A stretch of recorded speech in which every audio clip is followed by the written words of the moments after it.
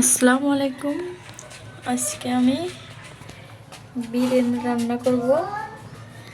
এই জন্য এখানে নিয়েছি আলু, বেগুন আর যে শিমগুলো আমি পরিষ্কার করে কেটে ধুয়ে নিয়েছি, বেগুনগুলো ধুয়ে নিয়েছি, আলুগুলো ধুয়ে নিয়েছি। এদিকে নিয়েছি আমি টমেটো নিয়েছি, ছোটো ছোটো 2টা টমেটো, কয়েকটা কাঁচামরিচ, আর এগুলো হচ্ছে পেঁয়াজের পাতা, পেঁয়াজ কুচি, ধনিয়া কুচি, মরিচ বাটা, কালো জিরে, গোটা জিরে, শুকনো লঙ্কা, তিল দিয়েছি একটুখানি। আর আমি যে একটা কড়াই বসিয়ে দিয়েছি, চুলাটা আমি এখন অন করে দেব।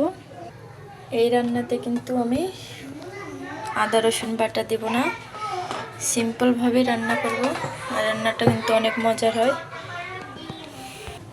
কড়াইতে দিয়ে দেবো আমি তেলটা দেওয়ার পরে আমি যে শুকনো মরিচ করে দিয়ে দেবো, পেঁয়াজ কুচি দিয়ে দেবো,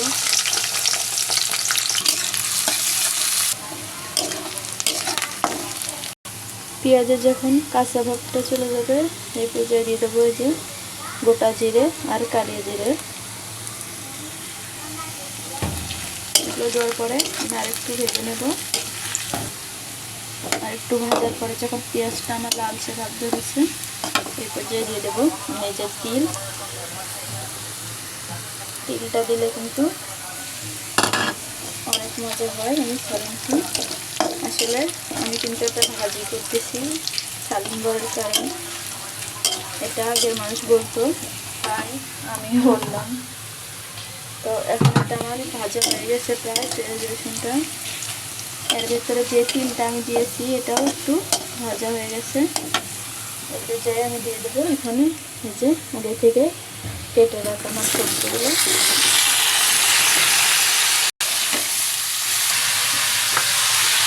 দিয়ে দেবো টমেটো কুচি, পেঁয়াজের পাতা, কাঁচামরিচ, এখানে আমি মরিচ বাটা দিয়ে দিলাম, কাঁচামরিচ বাটা। এই তরকারিটা আসলে ঝাল বেশি না দিলে মজা লাগে না। আর এখানে আমি দিয়ে দিলাম হলুদ, ধনিয়া গুঁড়ো, স্বাদ মতো লবণ। মশলাগুলো আমি মিশিয়ে দেবো এই সবজিগুলোর সাথে।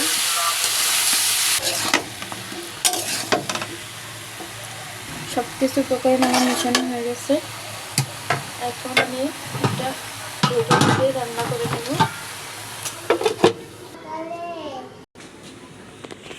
এদিকে আমার রান্নাটা হতে থাক, এদিকে আমার মেয়ে খেলা করতেছে একা একা। তুমি এটা কি নিছ? বাবুর কি হয়েছে? কিছু হয় না। তুমি বাবুকে কি খাওয়াইছো? তুমি বাবুকে কি খাওয়াইছো?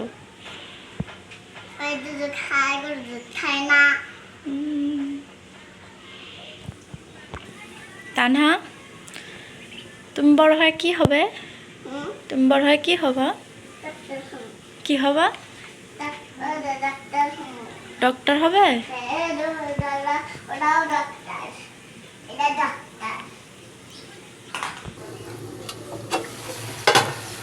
আমি ঢাকনাটা একটু খুলে তরকারিটা নেড়ে ছেড়ে দেবো।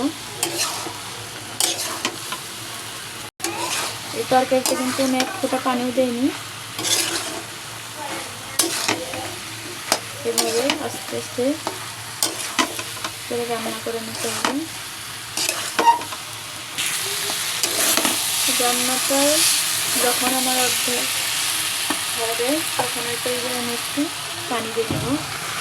পানিটা দিলে সবজিগুলো ভালোভাবে সিদ্ধ হবে। আর সিদ্ধ হলে অনেক মজা লাগে।